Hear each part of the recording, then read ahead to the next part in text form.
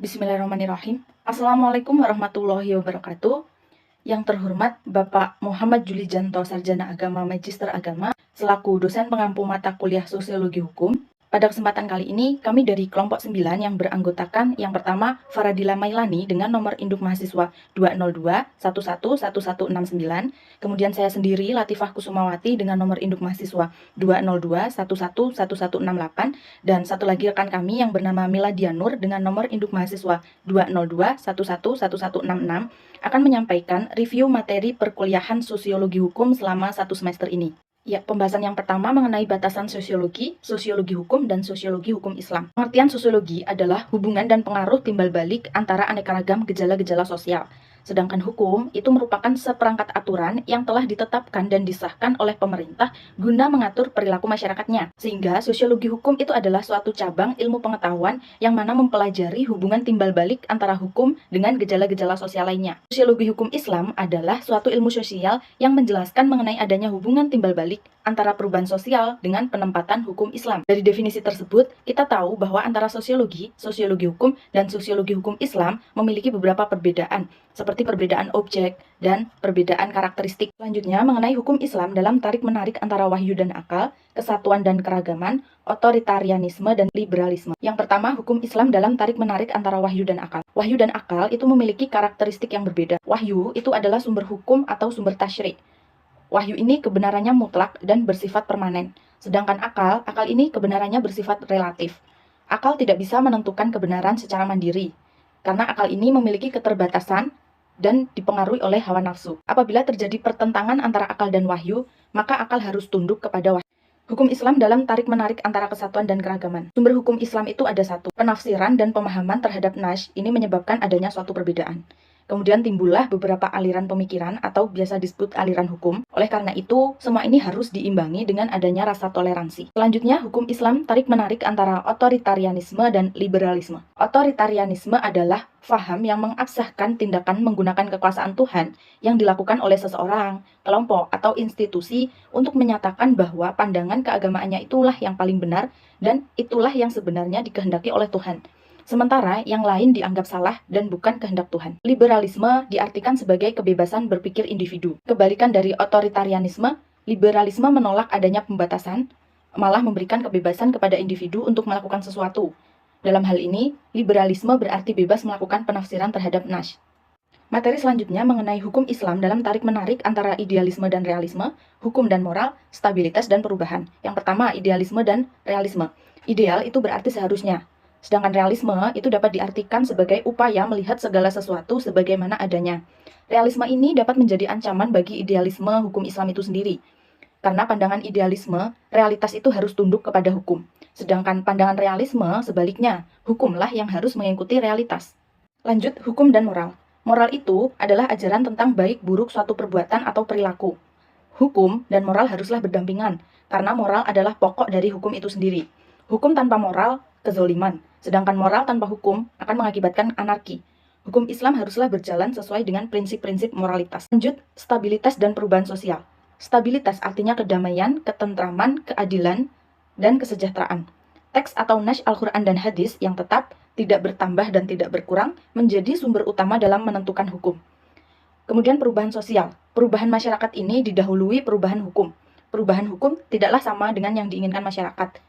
Perubahan hukum ini berada pada tangan lembaga yang berwenang. Materi selanjutnya mengenai hukum Islam pada zaman Nabi Muhammad SAW.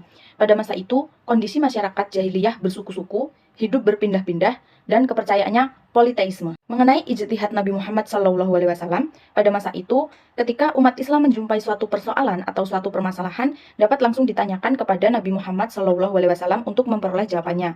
Nah, beliau ini kadang menunggu wahyu Al-Quran yang turun berkenaan dengan persoalan tersebut, dan terkadang pula beliau menjawabnya dengan sunnah, baik berupa perkataan, perbuatan, maupun ketetapan Nabi Muhammad SAW.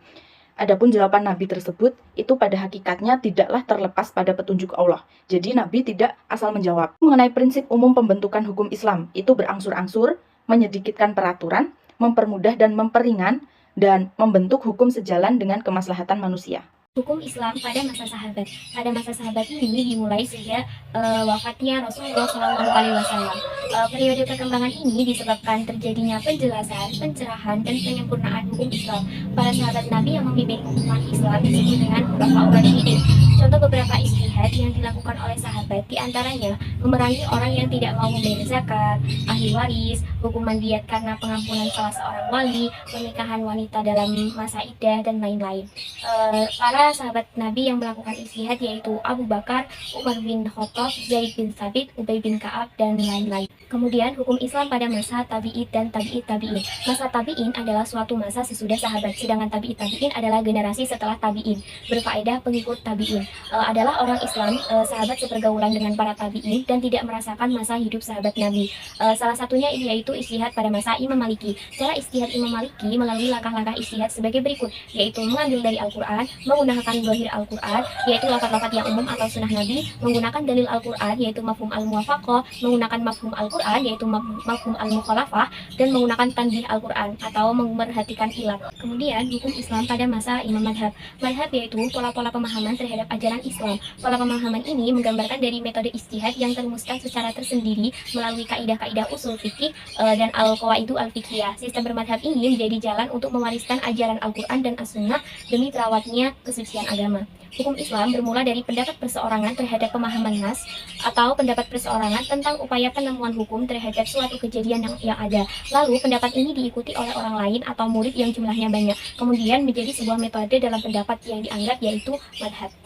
Kemudian hukum Islam pada masa taklid. Pada masa taklid, semangat ijtihad para ulama sedang pudar dan mandek. Jadi umum pemikiran hukum pada periode ini yaitu para ahli tidak lagi memusatkan usahanya untuk memahami prinsip-prinsip atau ayat-ayat hukum yang terdapat dalam Al-Quran ataupun sunnah Nabi. Akan tetapi pemikirannya ditumbuhkan pada pemikiran, perkataan-perkataan, pikiran-pikiran para imamnya saja. Selanjutnya hukum Islam pada masa modern. Adapun masa modern ini ditandai dengan perkembangan pesat, salah satunya yaitu di bidang ilmu pengetahuan, politik, dan teknologi. Tantangan hukum Islam pada zaman modern ini dibagi menjadi dua, yaitu eksternal dan internal.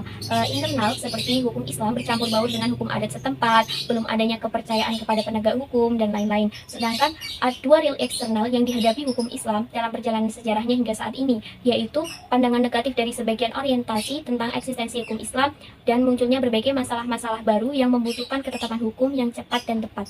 Di sini saya akan menjelaskan topik ke-10 sampai topik ke-14. Topik ke-10, interaksi antara hukum dan gejala sosial dalam masyarakat. Hukum adalah peraturan yang berupa norma dan sanksi yang dibuat dengan tujuan untuk mengatur tingkah laku manusia, menjaga ketertiban, keadilan, mencegah terjadinya kekacauan. Gejala sosial merupakan masalah sosial yang mempengaruhi dan disebabkan oleh tingkah laku manusia itu sendiri. Masalah sosial menyangkut nilai-nilai sosial dan moral. Gejala sosial terjadi disebabkan oleh beberapa faktor, meliputi faktor internal dan faktor eksternal. Faktor internal yaitu penemuan, perubahan jumlah penduduk, dan pertentangan atau konflik. Sedangkan faktor eksternalnya yaitu bencana alam dan peperangan. Lanjut ke topik 11, hukum Islam dan perubahan sosial. Hukum Islam merupakan sistem kaidah-kaidah yang berdasarkan kepada Al-Quran dan Sunnah Rasul mengenai tingkah laku mukallaf yang diyakini dan juga mengikat semua pemeluknya. Dan perubahan sosial diartikan sebagai berubahnya tatanan atau struktur di dalam masyarakat yang meliputi pola pikir, sikap, serta penghidupan sosialnya untuk mendapatkan penghidupan yang lebih baik. Jadi sifat hukum Islam tersebut sangat erat, sehingga dapat dipahami bahwa karakteristik hukum Islam yang sangat sesuai dengan fitrah manusia sebagai makhluk Allah Subhanahu wa Ta'ala. Ke-12, hukum sebagai sarana untuk merubah masyarakat. Peran yang dapat dilakukan oleh hukum dalam konteks untuk kepentingan pembangunan atau perubahan masyarakat antara lain, pertama, hukum dapat menjadi pengendali konsistensi usaha. Kedua, hukum turut membangun sifat pembangunan menjadi demokratis dan terbuka.